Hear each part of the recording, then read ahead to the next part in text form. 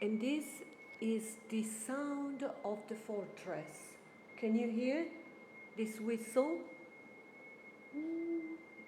Is the noise that the wind makes passing through the openings.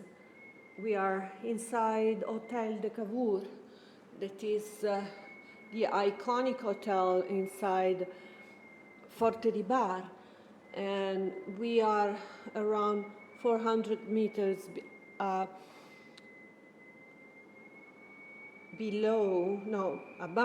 the sea level, and this is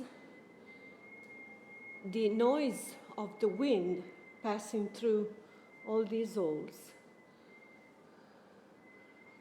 And this is the guest room of the Cavour Hotel. You see that pics shows you how was it before, and they rearrange and restyle one area of the last level, the upper level, is Opera Carlo Alberto, and they rearrange, they restyle some areas to do an hotel.